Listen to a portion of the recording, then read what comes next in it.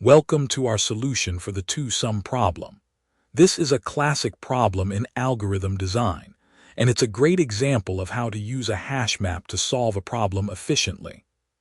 The problem statement is simple.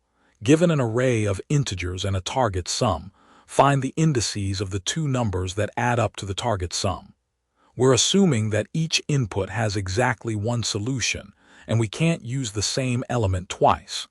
Let's start with the brute force approach. This involves iterating over the array and checking every pair of numbers to see if they add up to the target sum. It's a simple approach, but it's not very efficient. Now let's look at the optimal solution using a hash map.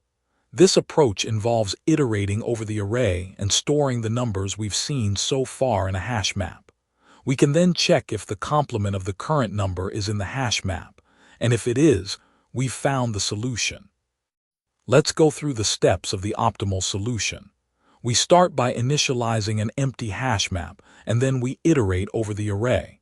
For each number, we check if its complement is in the hash map, and if it is, we've found the solution. Now let's analyze the time and space complexity of the two approaches. The brute force approach has a time complexity of O(n)(2) and a space complexity of O(1), while the optimal hash map approach has a time complexity of O(n) and a space complexity of O(n). That's it for today's solution to the two-sum problem. I hope you found it helpful. Don't forget to subscribe for more algorithm explanations and solutions.